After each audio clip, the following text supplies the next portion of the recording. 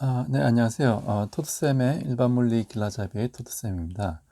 우리가 지난 시간에는 오음의 법칙과 전류에 대해서 공부를 했고, 그래서 전기, 컨덕티비티 얘기를 했었죠.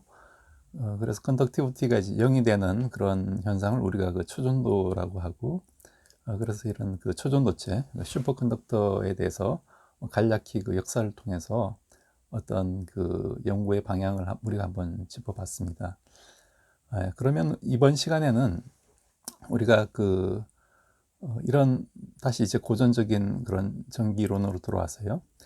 우리가 조금 어떤 회로가 있을 때 이 전기회로를 어떻게 이제 분석하는지, 혹은 우리가 이런 전기회로를 어떻게 디자인하는지, 거기에 관련된 기본적인 이론으로 이제 크로요프의 두 가지 법칙이 있습니다. 그래서 그걸 이해를 하고요. 그래서 그 법칙을 가지고 우리가 예제를 한번 다뤄보는 그런 시간을 갖도록 하겠습니다. 네, 그러면 우선 키로에프 법칙을 하기 전에 건전지에 대해서 조금 살펴보겠습니다. 우리가 뭐 건전지, 리튬 이온 배터리도 마찬가지지만 이런 뭐 기존의 그 건전지를 우리가 생각을 해보면은 이게 이제 플러스 극이고 이제 마이너스 극이죠. 그래서 이 전압이 1.5V가 됩니다. 그 얘기는 이제 플러스 극의 이제 전위가 마이너스 극보다 1.5V 높다는 얘기고요. 그래서 우리가 편의상 마이너스 극의 전위를 이제 0으로 잡으면은 플러스 극의 전위가 이제 1.5V가 된다는 그런 얘기죠. 그래서 근데 모든 이런 건전지는 사실 내부에 어떤 저항을 가지고 있습니다. 사실 저항이 없는 물질이 없죠. 그래서 비록 그 값이 작은 값이긴 하지만 우리가 어떤 정밀하게 어떤 값을 구하고자 할 때는 이 전지의 내부 저항도 항상 고려를 해줘야 됩니다. 그래서 내부 저항을 우리가 뭐 스몰 r이라고 하고요. 그다음에 이런 회로의 외부에 걸리는 또 저항이 있겠죠. 이걸 우리가 라지 r이라고 했을 때 우리가 이렇게 저항과 연결된 이런 회로를 구성을 하면은 건전지의 내부 저항과 외부에 있는 이 회로 저항과는 서로 이제 직렬 연결이 되겠죠. 그래서 즉 이 회로 전체의 저항은 라지 R 플러스 스몰 r이 될 겁니다. 이해가 되시죠? 그래서 이 회로의 건전지 내부에 있는 저항을 우리가 내부 저항이라 하고, 이 외부 저항과 이제 내부 저항이 합으로 전체 저항이 주어질 거고요. 그러면 이 회로의 어떤 저항에 걸리는 전압은 어떻게 될까요? 우리가 이 건전지의 기전력을 우리가 EMF라고 하고요. 일렉트로모티브 포스라고 하는데, 그 값이 원래 건전지가 가지는 전위차가 됩니다. 그래서 1.5V가 EMF가 되고, 근데 거기다가 내부 저항에 걸리는 전압을 빼준 값이, 즉 I 곱하기 스몰 r을 한 값이 이 외부의 저항에 걸리는 전압이 되겠죠. 그걸 우리가 단자 전압이라고 합니다. 그래서 단자 전압은 이 건전지의 전압에다가 I 곱하기 건전지의 내부 저항을 한 거다 라고 여러분들이 생각하시면 되고요. 그럼 우리가 이 회로에 흐르는 전류를 구할 때 전류는 거꾸로 외부 저항 플러스 건전지 내부 저항 분의 이 회로의 건전지의 EMF, 즉 기전력이 되겠죠. 그래서 이제 통상적으로 어떤 건전지가 있는 회로에서는 이런 내부 저항이 외부 어떤 단자 전압의 전압을 떨어뜨리는 그런 어떤 역할을 한다라고 보시면 되겠습니다.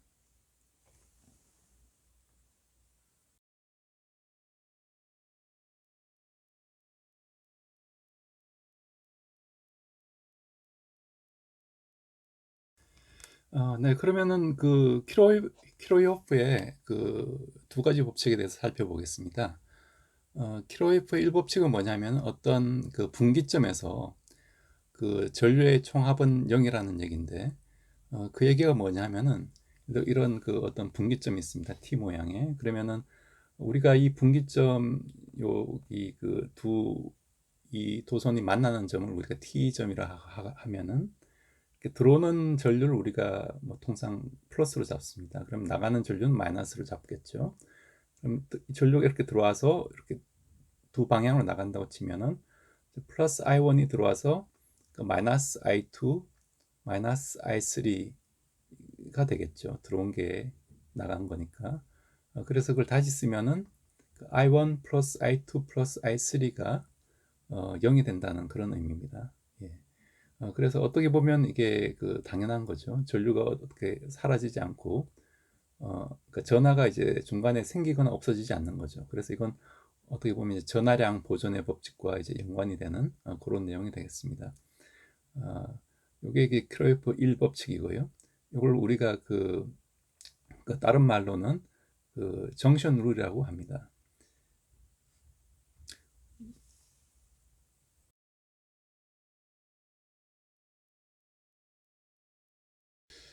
네, 그러면 이제 그 키로에프 2법칙에 대해서 알아보겠는데요. 키로에프의 2법칙은 우리가 그 어떤 그 루프와 관련된 이런 그 루프 룰이라고 하고, 즉 뭐냐면 이런 어떤 닫힌 그 폐 회로가 있다고 생각을 합시다. 여기 각각 뭐 그 건전지도 이제 연결이 돼 있고, 뭐 저항도 있고, 뭐 축전기도 있고, 그렇게 여러분들 한번 상상해 보십시오. 그러면은 그 각 루프에 대해서 어떤 그 전체 각각의 어떤 소자에 걸리는 그 전압이 있겠죠. 그 전압을 이 루프에 대해서 다 이제 방향성을 고려해서 더하면은 그 합이 0이 된다. 그런 얘기인데요. 좀 무슨 얘기냐면은 어떤 우리가 그 루프를 그 임의로 어떤 회전 방향을 생각을 합니다. 그래서 전지 같은 경우에 이제 마이너스에서 플러스로 가는 쪽을 이제 플러스 방향으로 잡고, 그다음에 저항 같으면은 이제 전류가 저항을 통과하는 방향을 우리가 그 전압 강화가 일어나기 때문에 이제 마이너스 전압이 됩니다. 콘덴서도 축전기도 마찬가지로 축전기를 통과하는 전하는 그 전류는 또 이제 전압 강화가 일어난다고 생각을 하고요. 그래서 즉 이쪽에는 이제 플러스 부하가 되고 이쪽에 마이너스 부하되고 이쪽이 또 마이너스가 되겠죠. 그래서 전체 이 회로에 걸리는 그 전압의 총합은 각 소자에 걸리는 전압의 총합은 0이 되겠습니다. 요건 뭐와 연관이 되냐 하면은 이제 그 에너지 보존 법칙과 연관이 됩니다. 어떻게 생각할 수 있냐면은 우리가 뭐 예를 들어 스키를 타러 갔을 때 그 산 꼭대기까지 이제 그 리프트나 곤돌라를 타고 올라가죠. 스키를 타고 이제 내려올 겁니다. 이 경우에는 우리가 이제 전자가 이 회로를 돌면서 일을 한다고 볼 수가 있고요. 그래서 저항을 통과하면 이제 열을 내니까 그 어떤 그 열 에너지에 의한 일을 하고, 또 축전기를 통과할 때는 이 축전기 내부에 전기장을 만들어 주니까 그 전기장 에너지를 만드는 일을 하고, 그래서 다시 어떤 그 산 밑으로 내려왔어요. 그러면은 전자가 이제 위치 에너지가 0인 상태로 왔겠죠. 전위가 0인 상태로 왔는데, 그럼 다시 어떤 그 이걸 배터리를 통해 가지고 건전지를 통해 가지고 어떤 화학적인 에너지를 공급받아서 다시 산꼭대기를 올라가는 거. 그래서 다시 그 어떤 회로의 같은 자리로 돌아가면은 그 다시 그 전위가 그 출발하기 전의 전위와 동일한 전위가 되죠. 똑같이 산 꼭대기에 올라왔으니까. 그런 개념으로 생각을 하시면 여러분 되겠습니다. 그래서 이걸 이제 우리가 그 루프 룰이라고 하고, 이 두 가지 즉 그 정션 룰과 루프 룰이 그 키로에프 법칙 1법칙, 2법칙이고, 이 두 개를 이용하면 이제 아무리 복잡한 회로도 우리가 기본적으로 이제 다 분석을 할 수는 있다. 그렇게 보시면 되겠습니다.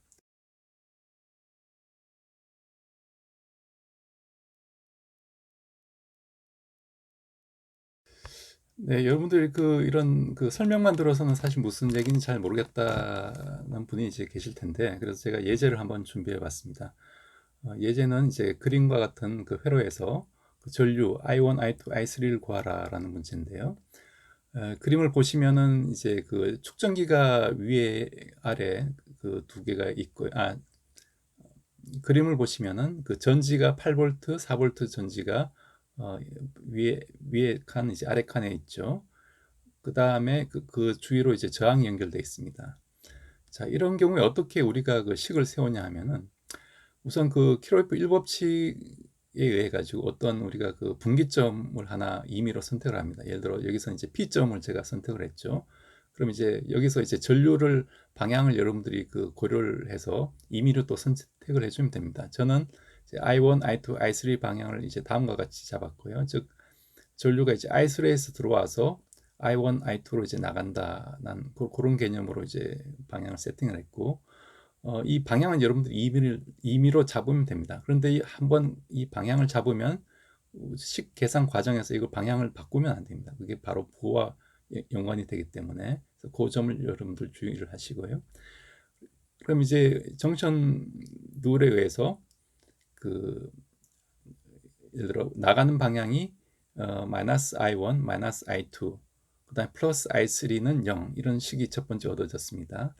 그 다음에 또 루프 룰에 의해 가지고 그 위에 그 작은 그 어떤 루프를 생각을 하면은 우리가 즉 8볼트는 어떻게 되냐? 8볼트는 플러스에서 지금 마이너스로 가는 거죠. 근데 우리가 회전 방향을 그 시계 방향으로 저는 생각을 했습니다. 또 임의로 여러분들이 반시계 방향으로 생각해도 마찬가지인데 일단 편의상 저는 그 시계 방향으로 얘기를 하겠습니다. 그러면은 어떤 우리가 그 루프의 회전 방향에 대해서 지금 건전지가 지금 거꾸로 배열돼 있죠. 이 루프의 그 방향과 같은 방향으로 배열되어 있으려면 이제 마이너스에서 플러스로 배열이 돼야 됩니다. 그래서 거꾸로 되어 있으니까 이건 마이너스 8V가 되고, 그 다음에 밑에 있는 그 4V 같은 경우에는 또 루프 방향, 그 시계 방향 루프의 또 반대 방향이죠. 그래서 이것도 마이너스 4V. 그 다음에 4ohm일 경우에 4ohm을 통과하는 전류는 I2가 되죠. 근데 I2가 되는데 이 I2 전류 방향도 역시 이 루프 방향의 반대가 되죠. 근데 루프 방향으로 돌 때 전류를 우리가 전압 강화가 일어난다고 했는데 이 경우에는 루프의 전류가 반대 방향이니까 즉 마이너스 4I2가 아니라 플러스 4I2가 될 겁니다.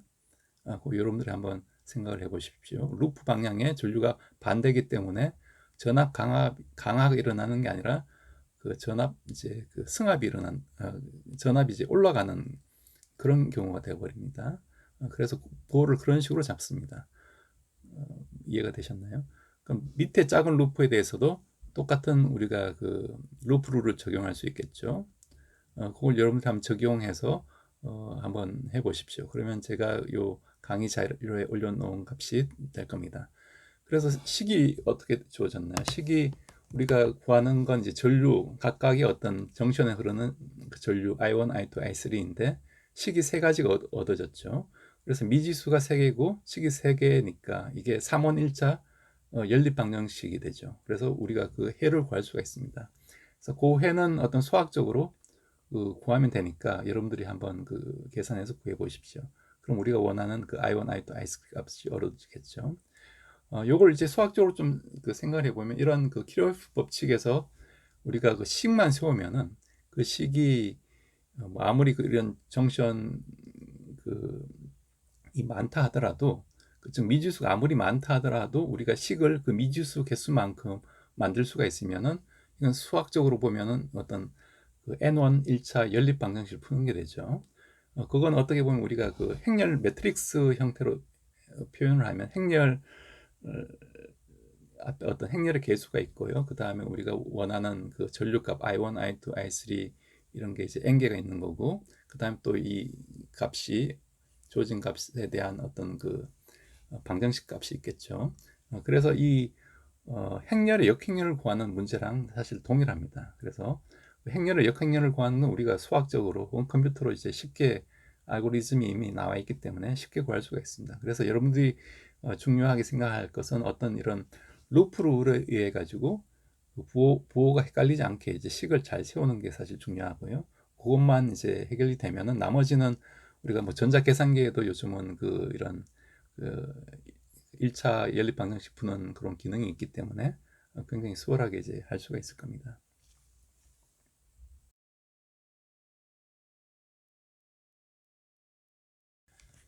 예, 그다음에 제가 오늘 준비한 예제는 이제 키로에프 법칙을 이용해 가지고 여러분들이 회로에 흐르는 전류를 구하는 문제, 방금 제가 설명한 문제의 약간 변형된 형태인데요. 그걸 한번 구해 보십시오.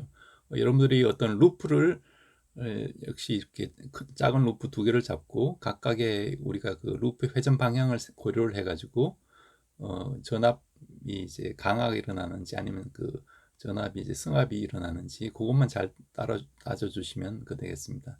그래서 그 문제도 한번 풀어보시고요. 그 다음에 하나는 이제 우리가 그 오메 법칙의 그 개념을 잘 이해를 했는지에 관한 문제인데, 이것도 우리가 지난 시간에 배운 그런 지식을 가지고 이제 풀 수가 있는 문제가 되겠습니다.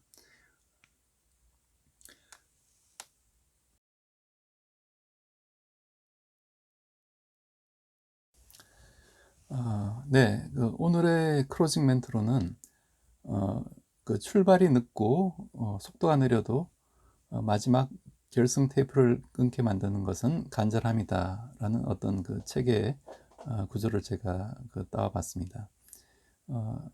여러분들 뭐 무슨 얘기인지 아시겠죠?